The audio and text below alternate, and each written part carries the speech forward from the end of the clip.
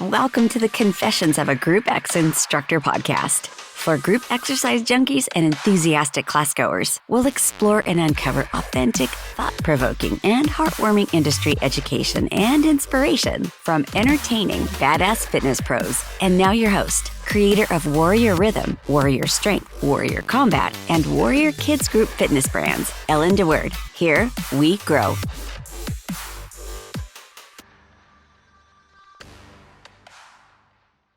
Hey, everybody. Thank you so much for tuning in again to Confessions of a Group X Instructor. I'm so grateful that you're spending your precious time here listening to me. Seriously, I don't take it for granted. This podcast is still new, and I'm really excited to develop a community. I listen to quite a few podcasts myself, numerous ones. And there's a couple that really stand out to me where I feel like I'm part of that family of listeners. I literally feel like I belong to a community, and that community is the other people that listen to that podcast. And so I'm very excited to see our community develop and grow and emerge, and for me to get to know you collectively, and you individually, as much as this space allows for that kind of interaction. And I'm also just so I'm just so excited to see like where that goes. I'm excited for you to get to know me a little bit more too, because definitely through this vehicle of podcasting, I plan on just kind of like letting my hair down a little bit with you. Like, just, I feel like you're in my home.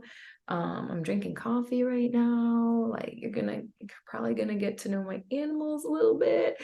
So anyway, it's an honor. It's an honor to share more of my life with you and to get to know you and to build something together that is gonna be special and unique. So thank you. Today, we're gonna talk about how to make a newbie feel at home.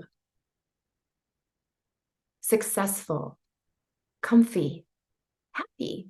How do we do that? There definitely are some practical steps and things, and some of them are maybe intuitive, and hopefully some of the tips I give you today, some of them will be new to your ears or a good refresher for you. So first, be 15 minutes early.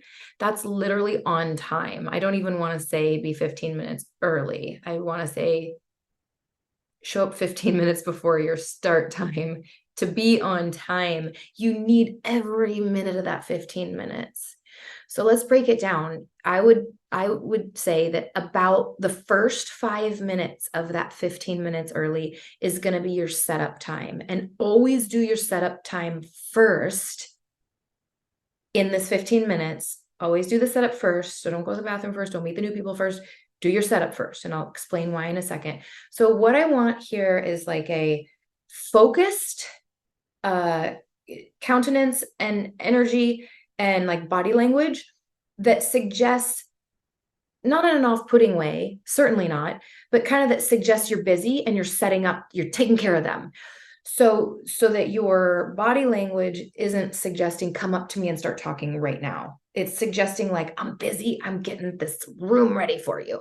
So first thing, do the tech first, because sometimes as a group fitness instructor, I'm sure you all know, sometimes everything doesn't work. Like sometimes like one of the weird power button gets flipped off, or the mic receiver power button isn't on, or the mic needs batteries, or the Bluetooth isn't working and you need to reboot it, or like there's a numerous little tiny things that can go wrong in your initial setup phase. And so it's really nice to be able to have a second to troubleshoot those when you're not under pressure because you need to start in 1 minute. So the first thing you do is troubleshoot. And sometimes there's actually group fitness equipment, microphones, for example, tend to be higher maintenance items. So every once in a while, the mic just doesn't work, like it broke. And so you might need to like call your maintenance tech. Ours is incredible at the DAC. Hey, Cody. Shout out to Cody. Side note, Cody is so good. Best facilities manager I've ever worked with. And so he just makes sure all things run smoothly in the club. And it's a mighty task at a club the size of ours. And He's so good. It's so funny that we see him. I'm just letting you in on a little like inside joke. Okay. Cody's everywhere working on stuff all the time. And so we've made a joke, my classes and I, that there are actually 10 Codys, because you'll see one walk in one way, going this way, and then you'll turn around and there's another Cody. Like he's always all places all the time fixing everything.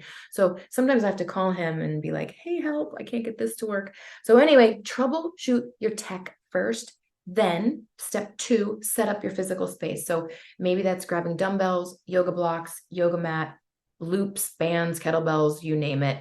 Maybe it's doing a bike, setting up your bike, but you're getting your equipment and physical space ready now that you have your mic on, your mic muted, and background energy setting music playing in the room.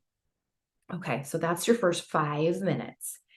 Then the next little bit of time, if you need to run to the bathroom, this is when you run to the bathroom. And then you have, hopefully, an entire 5 to 10 minutes to meet your newbies. 5 to 10 minutes, assuming that they're on time for class. So you start with the newbies, you connect with everyone in the room, you say hello to, you make a touch point with every single person in the room. Lastly, your buddies, so that we don't appear cliquish.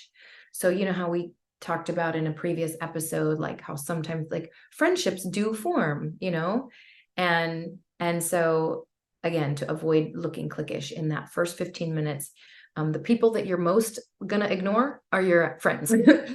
Okay, so then once you've made your connection with the newbie, you've arrived 15 minutes early, you're going to make sure you learn their name. I'm actually really good at this. This is one of my superpower skills, is learning people's names. I don't know why. There's so many things I'm not good at, like math and cleaning my house, ironing clothes, stuff like that. But man, names, I got names. I tend to do all the tricks that I'm sure you already know, like repeating it back to them, saying it in your own head, saying their name to them 1 or 2 times in the conversation you have. And then like, I try to think of like mnemonic devices. I'm going to give you one of my best ones ever. I met this woman, she was Hispanic, and her name was Gisela. And I had the hardest time like trying to remember it. And then I told myself in my own brain that it rhymes with patella. And then I never forgot Gisela ever again.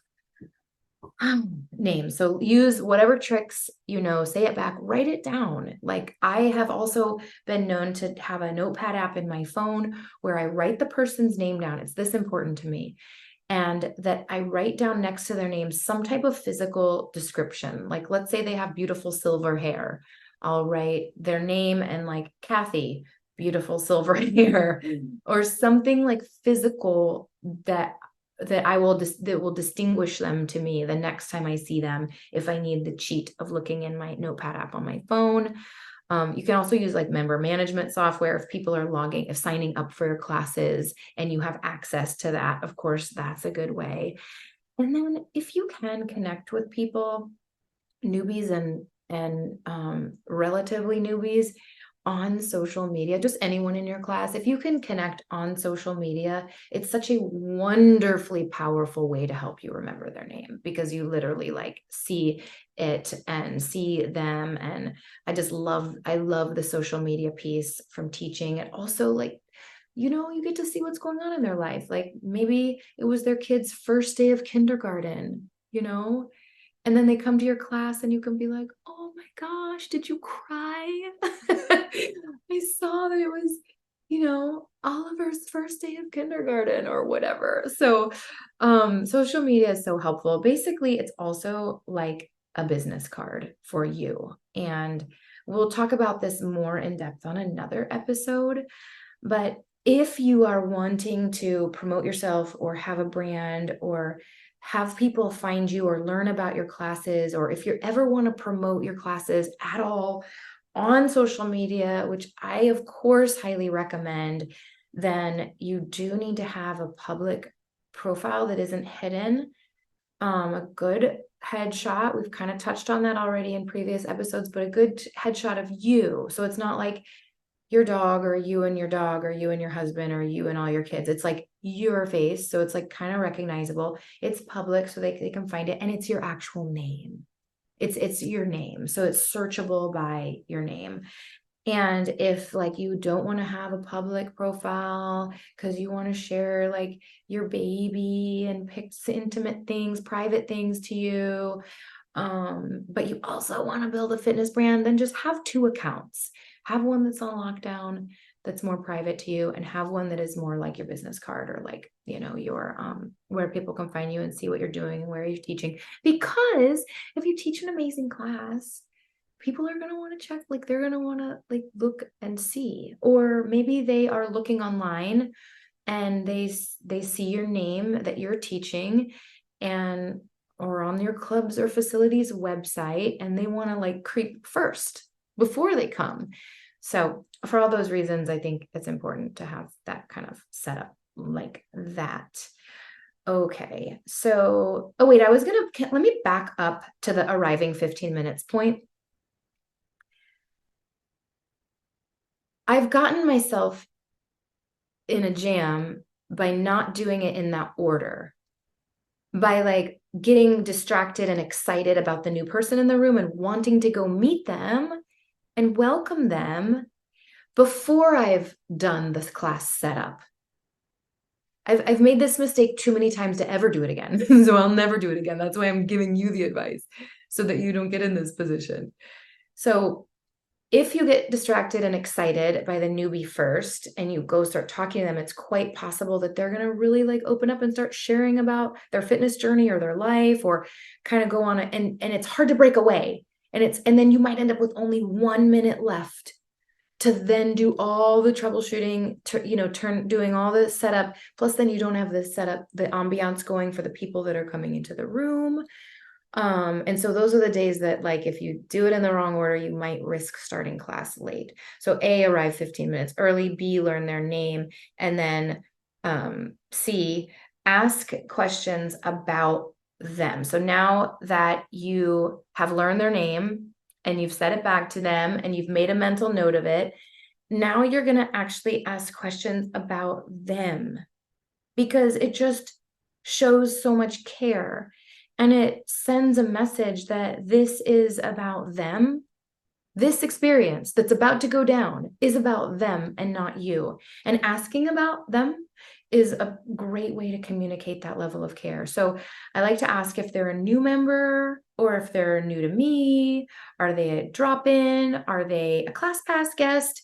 If you don't know what ClassPass is like, not all clubs subscribe to ClassPass, but those that do, it allows people to almost have like a Netflix kind of experience with fitness.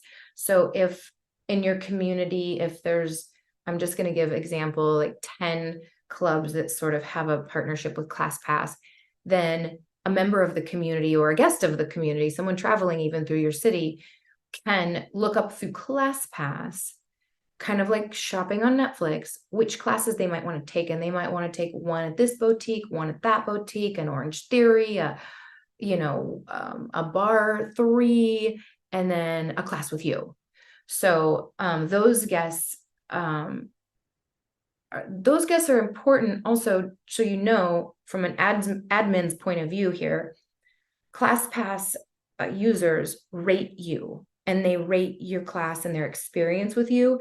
And your club administrator, your group fitness manager, the owner of the club, they can see those stats, and they're pretty fascinating. So just know that your ClassPass users have the power to rate your experience, and they do. And they do. So when I meet a ClassPass user, I literally ask them, like, all right, what's it going to take to get 5 stars from you today? I'm down. I'm ready to give it to you. Tell me, what do you need? So, yeah. So I ask if they're new, like, are they a new member? If they are, welcome to the club. Thank you so much. I'm so excited that you're here. Try a bunch of classes out. Get into a good rhythm. Get into a good routine. If they're, whatever their answer is, if they're new and not as opposed to an older, like a veteran member who's maybe trying your class for the first time. So if they're new, not a veteran member, then ask them like, do you know where to get to how to get to the bathroom? Do you know where the water fountain is? Like, our dumbbells are back there. You're going to need, I'd get a medium and a light set. So you're asking some information and then giving them a little bit of guidance there. And then ask them to, if they've ever done whatever format. So I just taught Warrior Rhythm today. So if I actually did have 2 new people today, and I asked like, first I asked if they're, new member, new to me, are they class pass? Like, are they drop in? What's their story? And then I want to know if they are new to the format. And then we need to manage their expectations for the format. Tell them what they need to know about what they're about to experience. And maybe, like, for example, when I teach Warrior Rhythm, I'm often, not always, like mirroring the class. So sometimes that can be confusing for the participant to follow. So sometimes I'll be like, this would be a good place for you to position yourself in the room, would be like the middle, but not all the way in the back. Because if you're all the way in the back, sometimes I turn us around and all of a sudden you're going to be the front row and you're new today. So I don't, want you to feel like you're on the spot, front row, dead center. So maybe like the middle towards the back.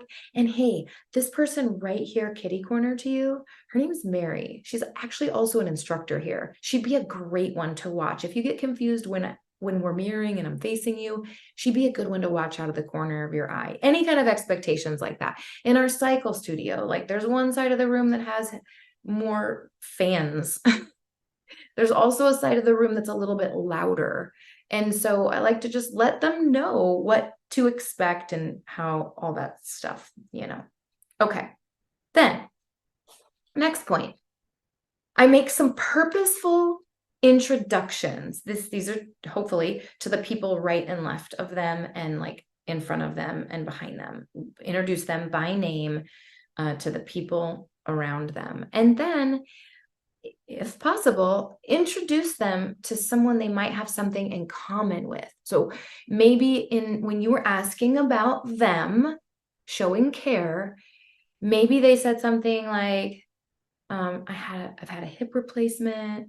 I'm really nervous about being here today. Maybe then you say like, oh, well, Mike, this is Mike. He's 76 years old.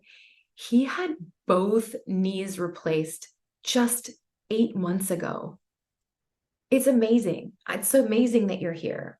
You can definitely do it. You can go at any level. You can stay where you're comfortable today. Or if maybe they say, and when you're asking them questions and they're telling you about themselves, maybe they said something like, my kids are in daycare. So maybe you're like, oh, Rachel's kids are also in daycare right now. So both of your kiddos are in Kids Stop. Isn't Nikki great? Nikki's the one who watches our kids at the club. Maybe they just moved to town. Maybe that's why they're new. Maybe they're new to the area. So maybe introduce them to someone else who's new to the area. Maybe they say, I don't know anything about yoga. That's okay. Neither did so-and-so. And you make an introduction. You try to connect them with people that they might have something in common with. All right, let's keep it moving. You start on time, which shows respect and high-level professionalism. Something as simple and little as you starting late can suggest that we're unprepared and unprofessional. So start on the dot on time. And that doesn't mean like your first move is exactly on the straight up hour, but it means your mic is on, you're power posed in your awesome command presence group X stance. And you're like, hi, welcome. Thank you so much for coming today. You're starting your perfect intro at the start class time on the dot. It shows so much professionalism. Do that unwaveringly. Next, give an already thought through intro. I don't show up to class having not thought about my words, really ever. And I've been teaching for 5 million years. I still think about what I want to say that day, even if it's similar to what I usually say. I still think it through. Think it through on the night before when you're preparing your class, or on your drive into the club, or maybe you drive to the club and you sit in your car for a second before you get out. Think about your class intro. It's already thought through. I like to ask a question. How is everyone today? How was your holiday? I'm recording this at the time of the holidays, so that one came quick to mind. I like to say a thank you. Thank you so much for being here. Thank you for coming. I like to include a thank you. I include a format description, even though I already told the newbie. And also sometimes newbies aren't that early. And so they're like showing up and you're starting and you didn't get a chance to meet them before class because they were late. So in that case, like, this is so important, but you're going to give a general format description from the mic, from the front of the room or the stage, whatever, at that point too. So welcome to Warrior Rhythm. It's a fitness fusion. It weaves together a little bit of mindfulness, a little bit of weightlifting, a little bit of HIIT training, but is primarily a rebel yoga flow. Are you ready to rock?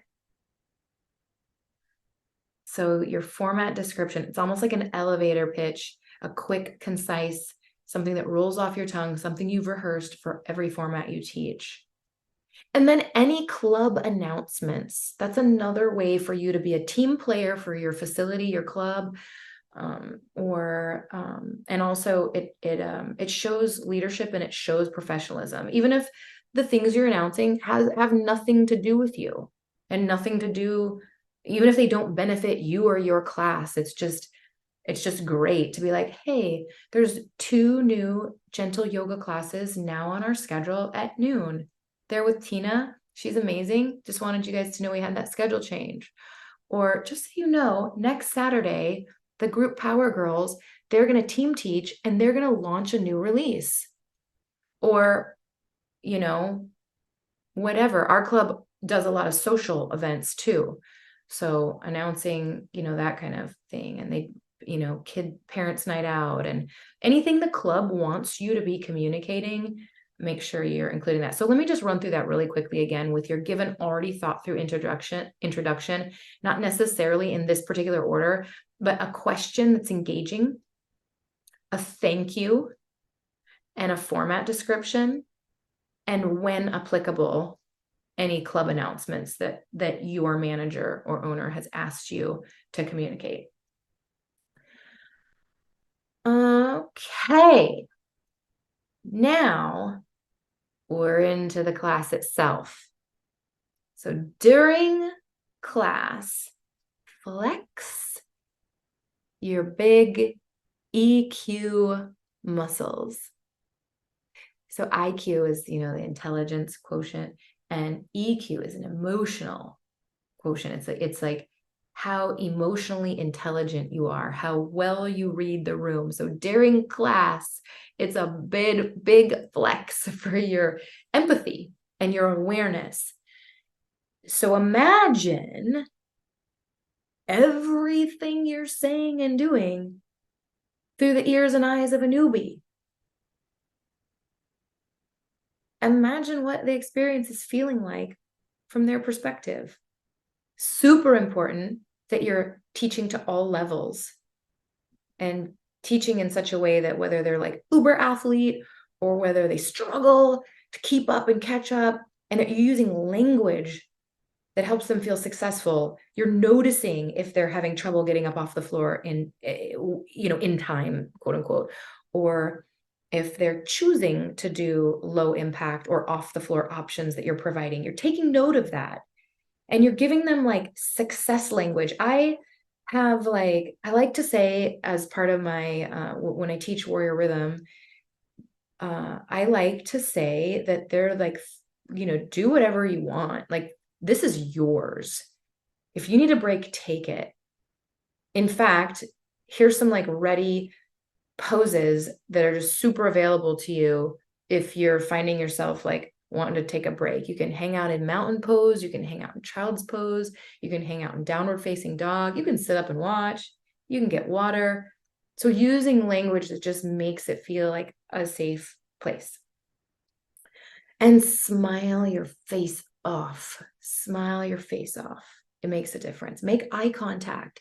Did you know that a lot of instructors actually look above their students' heads? Can you believe that? It's true. It's hard to have the confidence to look your students, some of whom might be strangers to you, in the eyes. It's intimate and it's scary. So a lot of especially new instructors subconsciously avoid it and look up over their head, and they're smiling and they're cueing and they're looking up instead of looking into the eyes, into the souls of their students. So smile a lot and make eye contact. Wink, smile, like give little thumbs up to that newbie. And then read their unique energy. And this is an important point, and one that I'm going to tie into my confession today. But not everyone wants attention from us, from the instructor. I know that's weird because instructors usually love it. Like, usually we love attention. Otherwise, we probably wouldn't have ended up instructors. But not everyone is comfortable. Like, my husband would not be comfortable with an instructor like calling attention to him, calling him by name, saying like good job, Jan. Like, that would make him feel uncomfortable. And just sort of anecdotally, I've also heard of a story where someone was more comfortable in someone else's classroom because they could just work out and they weren't being called attention to. So there's people like that. And so we need to not make assumptions. So really read their unique energy. Okay. Finally, seal it with a kiss. Figuratively speaking, of course. So thank you so much for coming. I can't wait to see you next week. So you're inviting them back. You're thanking them. You did great today. You're complimenting them. I really enjoyed having you. So in no particular order, you're sealing it with a kiss is a thank you, heartfelt, an invitation to return. A compliment, you did great today. Really enjoyed having you. All right, here's my confession. When I was a new instructor, I started with step aerobics and body pump. And I was a student first. I mean, aren't we all? I was a student first. And I loved how much attention the instructor would give me. Like, calling my name out over the microphone, telling me good job. Oh my gosh, that was so motivating to me. I loved that. I fed off of it. And so and she was really good at it, she'd give everyone attention. And so when I became an instructor, I was like, oh, I want to be like that because that made me feel so good. I want to like really call people out by name and like really make sure I'm praising everyone constantly by name in class. And so my confession is there were these two girls, they were friends, and they would come to my classes. I was teaching in the evenings way back then. And I was always, doing that thing, calling people out by their names. And I won't use this lady's name, but one day, one of the friends stopped coming and like really stopped coming, like week after week after week was gone. And I finally asked the other friend, what happened? Like, where is so-and-so? And she told me that she stopped coming because it embarrassed her when I called her out by name. knife to the heart. I mean, the whole reason I was doing it is because I wanted to make her feel good. But it didn't. It made her feel bad to the point where she quit coming. Believe it or not, this story has a happy ending. Years later, at a different club,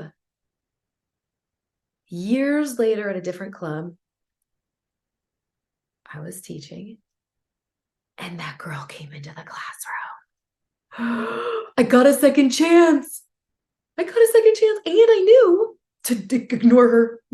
I knew to ignore her. I just smiled. That's all I did, is smile at her and like wave goodbye. And I got a second chance, and she came, and I knew what to do. I knew she didn't want that kind of like under the microscope attention. And so she became a fan and continued to work out with me until I left that club to be at the DAC now. So that was a happy ending. So anyway, I'm going to just recap. Number one, with how to make a newbie feel at home, make sure you're always 15 minutes early. You're so committed to that you feel like nerves if you're 14 minutes early. You are learning everyone's name. No matter what tricks you have to do it, you know everyone's name. When you meet newbies, you're asking questions about them to show your interest and care. You're making purposeful introductions to people around them in the physical space. You are starting on time, not 2 minutes late, not even 1 minute late. You are starting on time. You're giving an already thought through introduction. Once you start teaching, you're having massive emotional intelligence and really trying to read the room and see how your newbies are doing.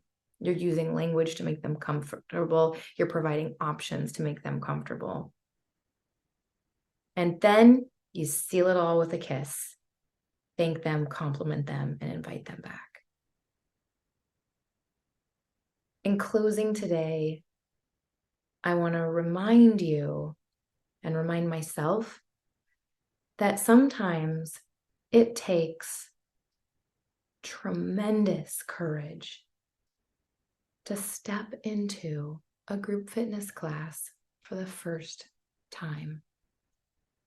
May we not forget it, and may we not take it for granted, and may we handle these babies with care. Thank you for listening, and I'll catch you next time. Thank you for joining in on the Confessions of a Group X Instructor podcast. If you're interested in becoming a Warrior Rhythm, Warrior Strength, Warrior Combat, or Warrior Kids instructor, go to warriorinstructors.com. But if you want more and found this episode amazing, please give us a rating. And with a simple click to subscribe, we'll invite you back to our next episode. So remember, be brave, be bold, be blessed. And above all, listen, learn, love.